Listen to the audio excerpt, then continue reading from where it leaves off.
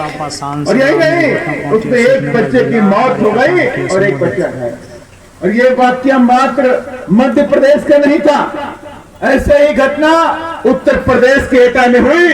वहां पर भी जय भीम बोलने वाले को गोली मारी। 14 अप्रैल का दिन था। इसके साथ ही 14 अप्रैल के दिन बिहार के सीतामढ़ी में अवधेश पासवान बाबा साहब की जयंती मना रहा था। वहां के मनवादियों ने कहा तुम जय श्री राम बोलो। उसने कहा नहीं बोलेंगे। उसने कहा नहीं बोलेंगे, आज 14 अप्रैल है, मैं जय भीम बोलूंगा।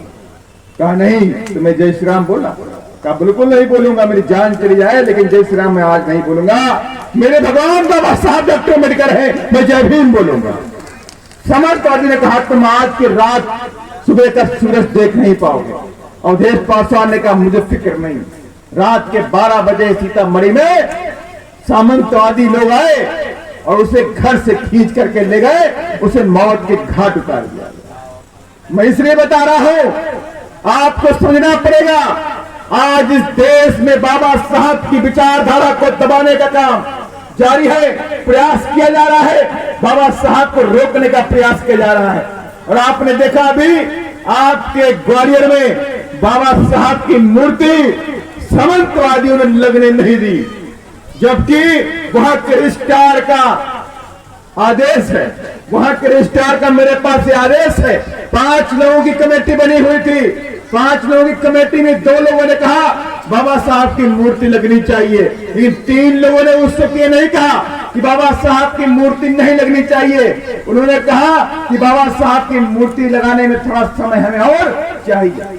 रजिस्ट्रार ने कहा देश के सुप्रीम कोर्ट में जब बाबा साहब की मूर्ति लग सकती है, देश की पार्लियामेंट में बाबा साहब की मूर्ति लग सकती है, तो ग्वालियर के हाई कोर्ट में भी लगनी चाहिए।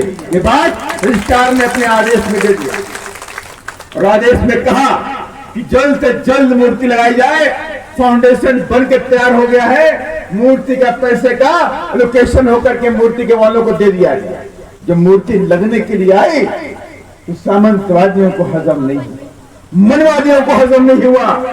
उन्होंने बाबा साहब की मूर्ति लगने नहीं दी। मैं इसलिए बोलना चाहता हूं आपसे, यहाँ पे जितने भी बैठे हैं मेरी समझ से जय भीम वाले हो कि नहीं हो? और मैं उनसे कहना चाहता हूं तुम्हारी गोलियां बंदूक के खत्म हो जाएंगी, लेकिन जय भीम वालों के सीने पीछे हटने वाले नहीं है। अगर ये जय भीम वाले बाबा साहब के संविधान को न मानते तो तुम्हें तुम्हारी औकात दिखाने का भी काम कर देते हम, लेकिन हम बाबा साहब के संविधान को मानते हैं, हम बाबा साहब की विचारधारा को मानते हैं और इसलिए हम संविधान का पालन करते हैं। अनुशासन और शासन के दायरे में रह करके अपनी बात संवैधानिक तरीके से करने का काम करते हैं। और मैं आपसे कहना चाहता हूं, ये ग्वालियर की लड़ाई खत्म नहीं हुई है। ये ग्वालियर की लड़ाई तब तक जारी रहेगी जब तक बाबा साहब की मूर्ति वहां पे लग नहीं जाएगी। और इसके लिए हमें तैयार रहना पड़ेगा, हमें निकलना पड़ेगा। एक बड़ा आंदोलन होगा ग्वालियर के अंदर। जय भीम वाले लाखों की संख्या में पूरे प्रदेश से इकट्ठा हो जाएंगे। और आज ये कहते हैं कि जय भीम वालों की ताकत कमजोर हो गई, वो कहते हैं बीएसपी कमजोर हो गई, वो कहते हैं कि बीएसपी वाले ही जय भीम लेकर के आए थे। मैं उनसे कहना चाहता हूं बीएसपी कमजोर नहीं हुई है। याद रखना, ये बीएसपी समंदर है। बीएसपी कोई नदी नहीं है, सूख जाएगी। बीएसपी समंदर है। बीएसपी में लहरें कमजोर पड़ सकती है, लेकिन जब तूफान में बदलेगी नीला झंडा लाल किले में लगा कर रह जाएगा। ये तमन्ना हमें रहनी चाहिए। अभी मेरी एक बहन बोल रही थी, उसने कहा मुझे बाबा साहब के ऊपर 2 मिनट बोलने का मौका दिया। वाकई बहुत अच्छा बोला।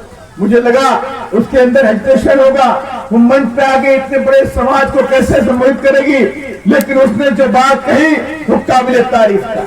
मुझे लगा भी उसने बात कही शिक्षा नहीं देना चाहते हैं। मैंने उनसे कहा, केंद्र की सरकार से बोला पार्लियामेंट के अंदर कि तुमने कहा 1 नेशन 1 टैक्स होना चाहिए, तुमने लागू कर दिया। तुमने कहा 1 नेशन 1 इलेक्शन होना चाहिए, इस बात पे तुम्हारी सहमत बन नहीं है। तो मैं ये कहना चाहता हूं 1 नेशन 1 एजुकेशन सिस्टम भी आप लेकर के क्यों नहीं आ जाते? One nation one education system क्यों नहीं लाते? गरीबों के बच्चे झोपड़पट्टी में पढ़ते हैं और अमीरों के बच्चे एसी वाले स्कूल में क्यों पढ़ते हैं? उनको भी वहीं पे लाकर बैठा दो। इस देश में एजुकेशन सिस्टम मेक होना चाहिए। और मैंने कहा कि आप ये बताओ, गरीबों के बच्चों की फीस 5,000 रुपए कैसे रखी गई? ये गरीब के बच्चे 5,000 रुपए फीस कहां से दे सकते हैं? कि यहाँ पर यही नहीं, मध्य प्रदेश की सरकार, छत्तीसगढ़ की सरकार, हरियाणा की सरकार, इन तीनों जगह पर भारतीय जनता पार्टी की सरकार है। और उन्हें साजिश के तहत सरकारी स्कूलों को बंद करने का प्लान किया कि नहीं किया? किया कि नहीं किया? सरकारी स्कूलों को बंद करने का प्लान किया गया।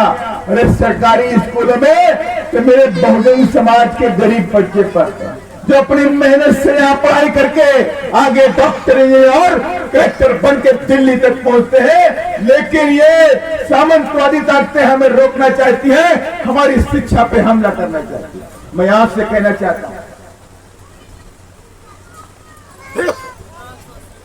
मैं आपसे कहना चाहता हूं कि बाबा साहब को हम सब मानने वाले लोग हैं। और बाबा साहब ने हमें उपदेश दिया। क्या उपदेश दिया? शिक्षित बनो, संघर्ष करो और संगठित रहो। 3 बातें बोली नहीं बोली? शिक्षित बनो, संघर्ष करो और संगठित रहो, हमारे एक हो जाओ। ये बात बाबा साहब डॉक्टर अम्बेडकर ने बोली। और शिक्षा के बारे में बोला कि अगर मेरे बच्चों, तुम्हारे घर में 2 वक्त की रोटी है तो 1 वक्त की रोटी खाना, लेकिन अपने बच्चों को शिक्षित जरूर कर देगा, क्योंकि शिक्षा